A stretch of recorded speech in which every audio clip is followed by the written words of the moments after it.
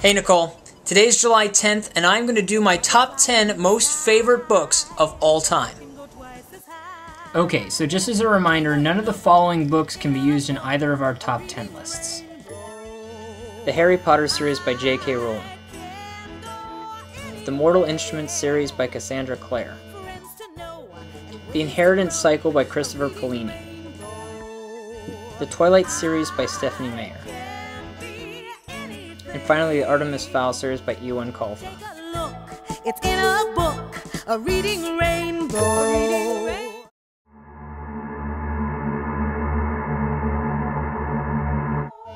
Number 10 is The Pillars of the Earth by Ken Follett. The story follows a stonemason whose dream is to build a cathedral.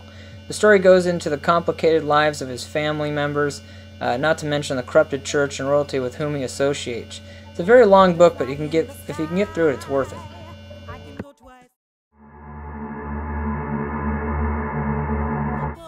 Okay, number 9 is the First Law series by Joe Abercrombie. Basically what happens, a spoiled hero who doubles as a coward, a power-hungry wizard, a barbarian with a split personality, and a tortured cripple all team up in a quest filled with blood, treachery, and deceit. You want to know what happens in fairy tales when you take the happily ever after out? You have the First Law.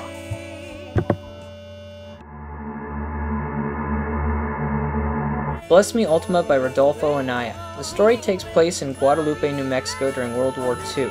Antonio Mares is 6 and his grandmother has just come to live with his family, and Antonio's grandmother is not all that she appears.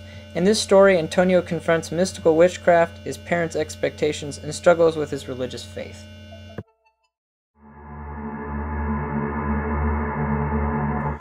Okay, Peter Pan by J.M. Barrie. Don't really need a synopsis for this one. I just put it in because I'm kind of into the whole staying young forever theme and thought it's kind of cool, so I just put it in there.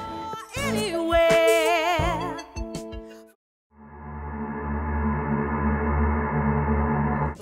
Dan Brown's series includes The Da Vinci Code, Angels and Demons, and The Lost Symbol.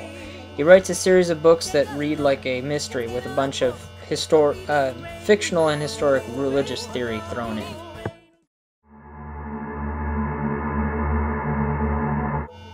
The Brothers' War by Jeff Grubb is actually a part of the Magic the Gathering series. The story is about two brothers, Urza and Mishra, who are assistants to an archaeologist named Tokasia. On one of their digs, they discover two magic stones. The power of the stones fans the flames of their sibling rivalry, and the battle between them engulfs the continent.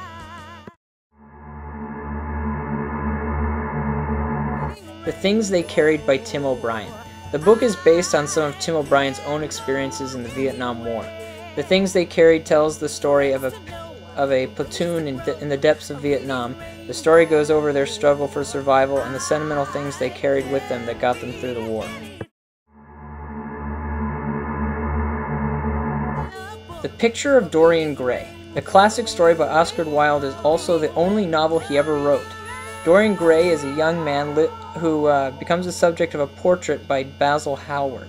Dorian becomes corrupted by Basil's friend Lord Henry Wotton and wishes that the painting would grow old and bear the evidence of his sins rather than himself. The wish comes true and the young Dorian Gray remains despite the ravagings of time and sin. What happens? Read to find out.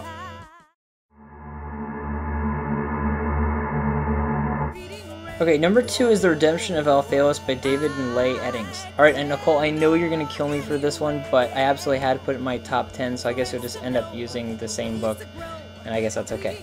The young thief Alphaeus, who is uncharacteristically down on his luck, is employed by a shady man to steal a book of great power. After accepting the job, he is stopped by the goddess Dwea and charged to locate other individuals who will help him take down his shady employer. Filled with surprises and witty humor, The Redemption of Alphaeus is a must-read. Okay, finally, my favorite series is the Shanner series by Terry Brooks. It's a wonderful series encompassing something like 17 books. They're all centered around a family that controls a power called the Wish Song that they acquired as a result of using an ancient elven artifact known as the Elf Stones. It's got tons of magic, romance, danger, and betrayal. It's an all-around good book series, although the beginnings of the books can be a little hard to get into because he's kind of slow to get started, but besides that, really, really good book series. Alright Nicole, so those are the 10 best books in print, but don't take my word for it. a look. It's in a book, a reading rainbow.